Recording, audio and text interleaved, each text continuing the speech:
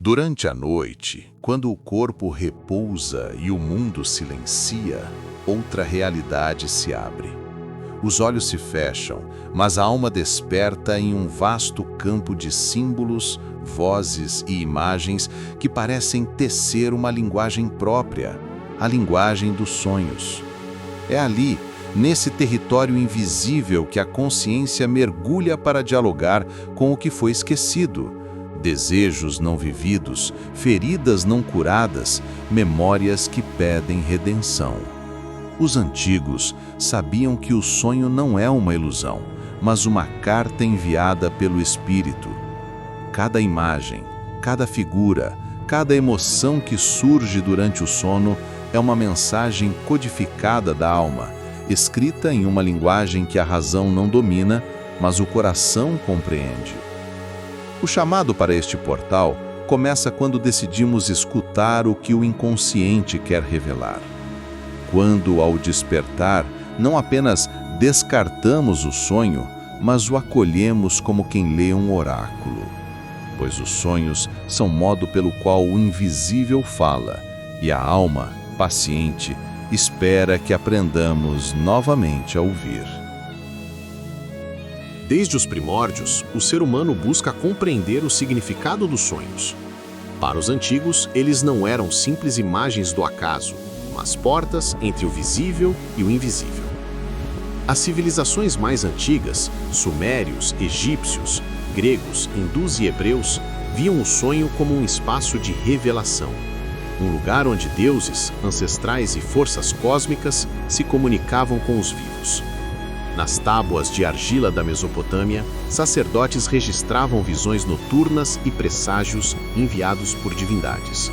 No Egito, os templos do sono eram locais sagrados, onde os iniciados repousavam esperando que os deuses falassem em imagens.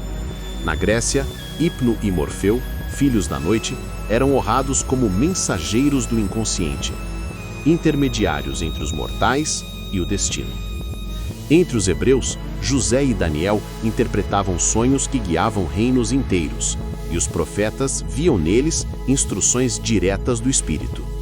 Essa sabedoria ancestral compreendia algo que o mundo moderno esqueceu. O sonho é uma linguagem simbólica. Ele fala em metáforas, imagens e emoções, não para confundir, mas porque certas verdades são grandes demais para caber em palavras. A mente racional opera por lógica, a alma por símbolos. Por isso, os sonhos não devem ser traduzidos literalmente, mas decifrados como mitos pessoais, espelhos que refletem a paisagem interior. Cada pessoa carrega um vocabulário simbólico único. Um rio para alguns é purificação, para outros é travessia ou perda. O mesmo símbolo pode assumir sentidos diversos, conforme o estado emocional e o momento da vida de quem sonha. O místico aprende, portanto, a não buscar interpretações prontas, mas a ouvir o contexto da própria alma. Como um alquimista, ele mistura sentimento e símbolo, até que o sentido se revele. Jung, no século XX, restaurou parte dessa sabedoria ao afirmar que os sonhos são mensagens do inconsciente buscando equilíbrio com o consciente. Eles não apenas expressam desejos reprimidos, mas trazem conteúdos espirituais, fragmentos do self, o centro divino da psique. Jung via o sonho como um mapa noturno da individuação, a alma tentando conduzir o ser humano de volta à totalidade. Mas os místicos de todas as épocas já intuíram isso.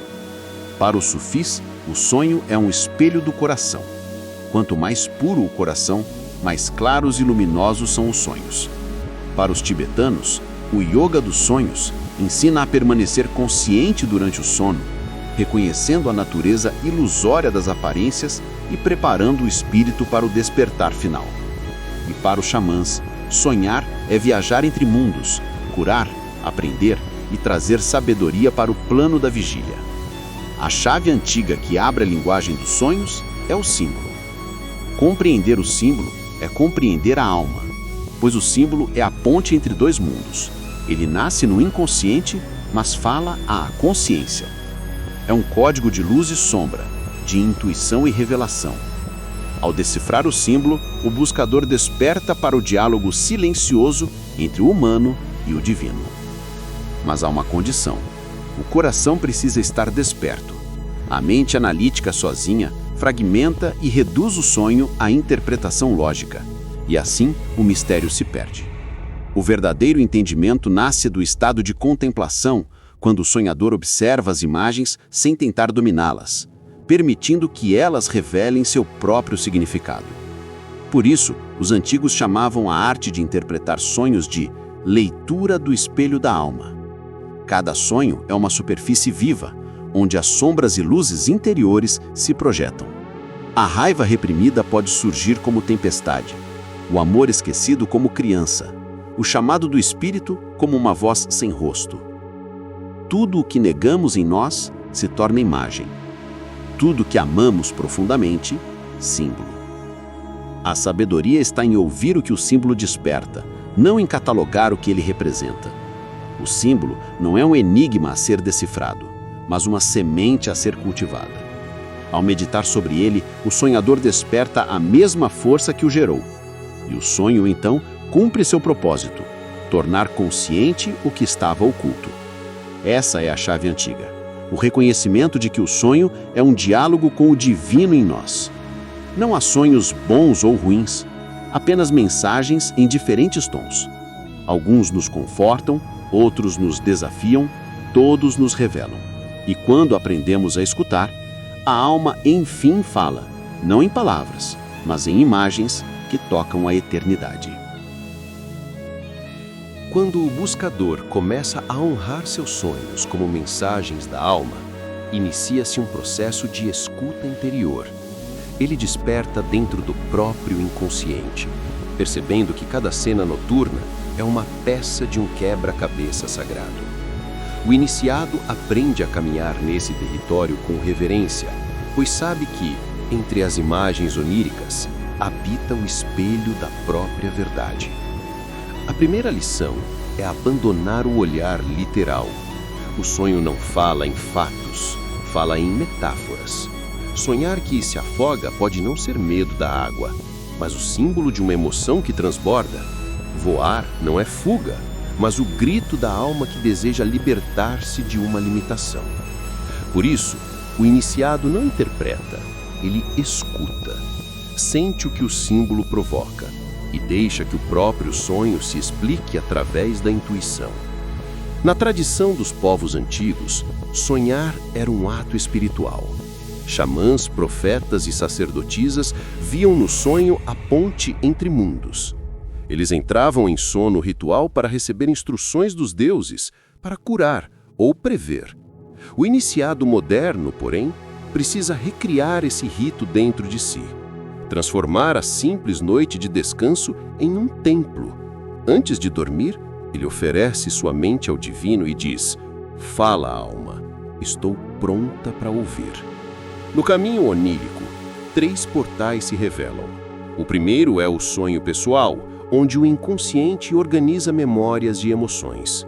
O segundo é o sonho coletivo, que se manifesta em arquétipos universais: o herói, a mãe, o sábio, a sombra, partilhados por toda a humanidade.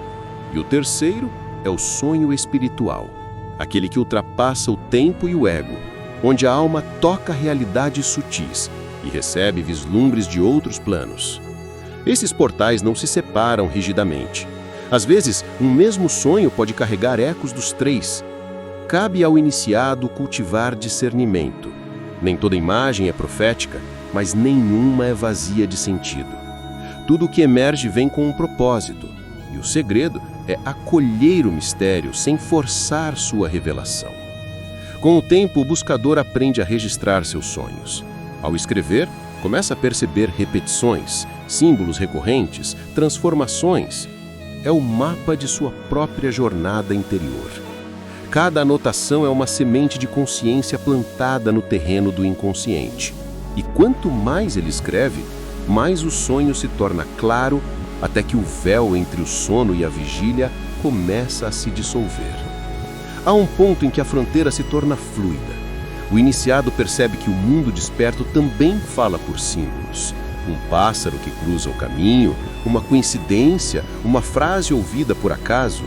O universo é um sonho contínuo e o despertar é apenas mudar o grau de lucidez. No fim, compreender os sonhos é compreender a si mesmo, pois a alma fala todas as noites, mas só aquele que silencia o ruído do dia consegue ouvir. O iniciado aprende então que o verdadeiro oráculo não está nas estrelas nem nas cartas, está dentro dele, no sussurro do inconsciente que o guia pacientemente de volta para casa. Há uma noite em que o sonhador desperta dentro do próprio sonho. Ele percebe que está sonhando e ainda assim tudo é real. O tempo se curva, as cores brilham com uma nitidez impossível e uma presença silenciosa o observa de dentro do invisível. Esse é o limiar entre mundos, o instante em que a consciência atravessa o espelho e reconhece que a realidade desperta é apenas outra camada do sonho. No estado de sonho lúcido, a alma toca o mistério. Não há mais separação entre quem vê e o que é visto. O iniciado percebe que sempre foi o criador das paisagens, dos personagens e dos enredos que o envolviam. Nesse momento, compreende que a linguagem dos sonhos é a mesma linguagem com que o divino fala ao coração humano. Uma linguagem feita de símbolos, emoções e luz. Mas o mistério não se revela para ser decifrado, ele se revela para ser sentido. Ao tentar explicá-lo, ele se dissolve. Ao se render a ele, ele se expande. O sonhador desperto entende então que cada sonho é um espelho do sagrado e que até os pesadelos são mensageiros da cura, sombras que pedem acolhimento para se transformar em sabedoria. Quando retorna à vigília, o iniciado traz consigo fragmentos de eternidade, vislumbres de uma consciência maior que a mente não pode conter, e compreende, em silêncio, que a vida inteira é um sonho sonhado pela alma que busca se lembrar de quem é. Ao atravessar o território dos sonhos, o iniciado descobre que o sono não é ausência, mas retorno. Retorno à origem, ao ventre do ser, onde a alma repousa entre os batimentos da existência.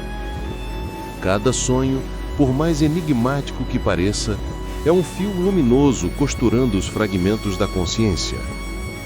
E compreender seus símbolos é aprender a decifrar a linguagem secreta com que o divino borda o destino humano.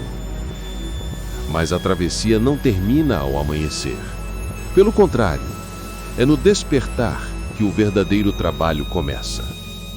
O iniciado traz para o dia o que o sonho revelou à noite e o transforma em gesto, em escolha, em nova forma de ver. Assim, a fronteira entre dormir e viver se dissolve e o mundo desperto se torna a extensão do mundo onírico. A travessia é aceitar que o mistério nunca se encerra. É caminhar com olhos que sonham e coração que desperta, sabendo que cada encontro, cada silêncio e cada símbolo é uma mensagem da alma dialogando com o infinito. E, ao fim, o iniciado compreende. O sonho é o idioma que o Eterno usa para lembrar o humano de sua própria eternidade. Agora, o círculo se fecha. O iniciado desperta, mas leva consigo a lembrança do que viveu entre mundos. Sabe que cada noite é uma jornada e cada sonho uma lição escrita na linguagem da alma. Não busca mais controlar o mistério, apenas caminhar com ele, como quem aprendeu a dançar ao som do invisível. O selo deste portal é a recordação, que a vida é um sonho dentro de outro sonho, e que o verdadeiro despertar acontece quando passamos a viver com os olhos do espírito abertos. Quando honramos o que o sono revela e o transformamos em sabedoria para o dia. Que o teu descanso se torne templo, que teus sonhos que ensinem a ouvir o que o divino sussurra no silêncio da noite. E que, ao cruzar novamente o limiar entre o sono e a vigília, tua alma reconheça. Nada foi apenas imaginação. Tudo foi linguagem. O portal está selado, mas, dentro de ti, o sonho continua.